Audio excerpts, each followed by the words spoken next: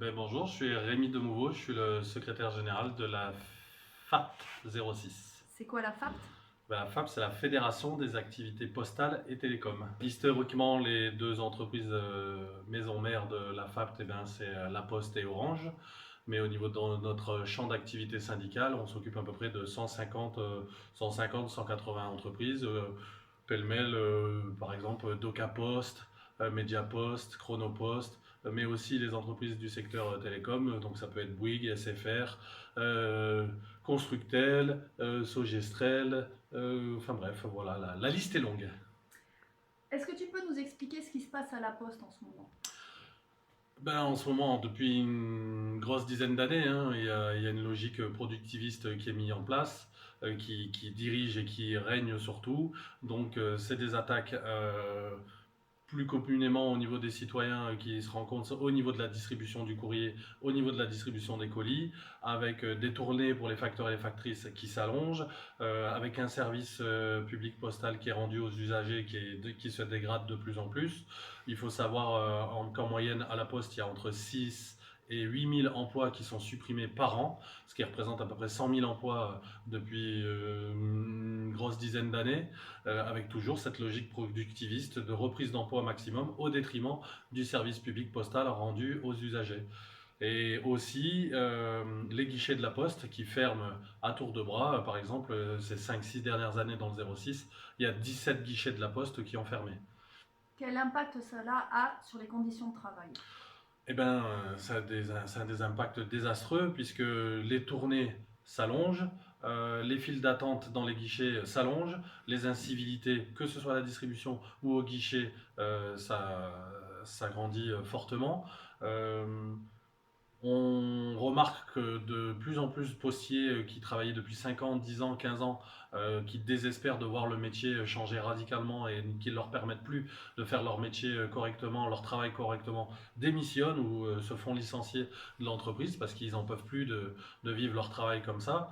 Donc euh, on remarque que les conditions de travail se dégradent et aussi la qualité de service rendue aux usagers qui se dégrade fortement. On a tous à l'esprit les vagues de suicides chez Orange suite au changement de management, entre guillemets.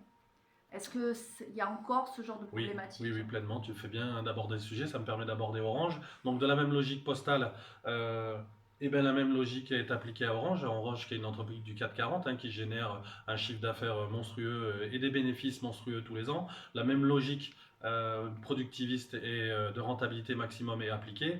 Là, à savoir qu'il y a bon nombre de points de boutiques Orange qui vont être transférés au niveau de la filiale Orange GDT, et que donc ces boutiques maison mère vont être transférées vers cette activité GDT dans un souci économique, puisque les salaires baisseront, les conditions de travail vont être dégradées, et même le social aussi au niveau des salariés, ils vont être dégradés. Juste pour la petite information supplémentaire, c'était des salariés qui sont en Orange, qui dépendaient de la convention collective des télécoms, et qui, en passant dans ces boutiques filiales sous-traitants d'Orange, donc c'est carrément Orange qui organise le dumping social, vont dépendre de la convention collective du petit électroménager, et du coup les salaires, les conditions sociales ne seront plus du tout les mêmes. Et c'est là qu'on voit l'importance et des conditions et des conventions collectives et du service public. Est-ce que tu peux nous donner ton opinion sur ce qu'est un service public et ce que ça représente pour les citoyens?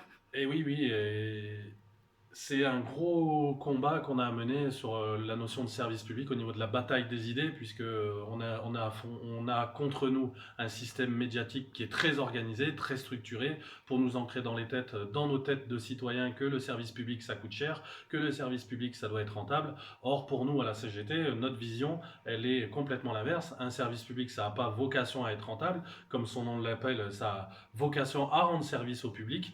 À partir du moment où on intègre cette notion de rentabilité, de financiarisation dans le service public, ça va à l'encontre complète des valeurs du service public. Et là, on peut en citer plusieurs qu'on entend très souvent dans les médias: la santé, l'éducation, la justice. Nous, concernant dans notre champ d'activité la communication, nous on considère à la Poste et Orange que ça doit redevenir des entreprises publiques pour rendre un service digne de ce nom aux usagers. Et pour finir, si tu avais un seul vœu pour le monde du travail?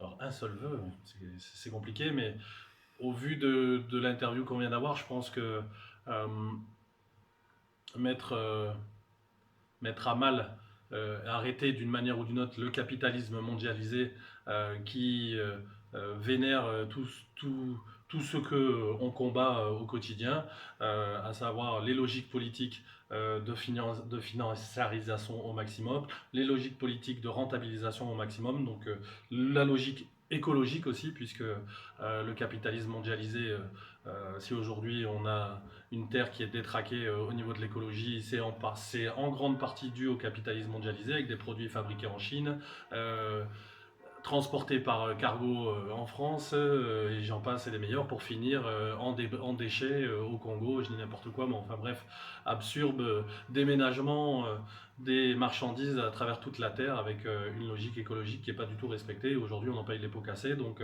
clairement, mettre à mal le plus possible ce système capitaliste mondialisé pour revenir à une meilleure justice sociale. Merci beaucoup. Merci à vous, mes camarades.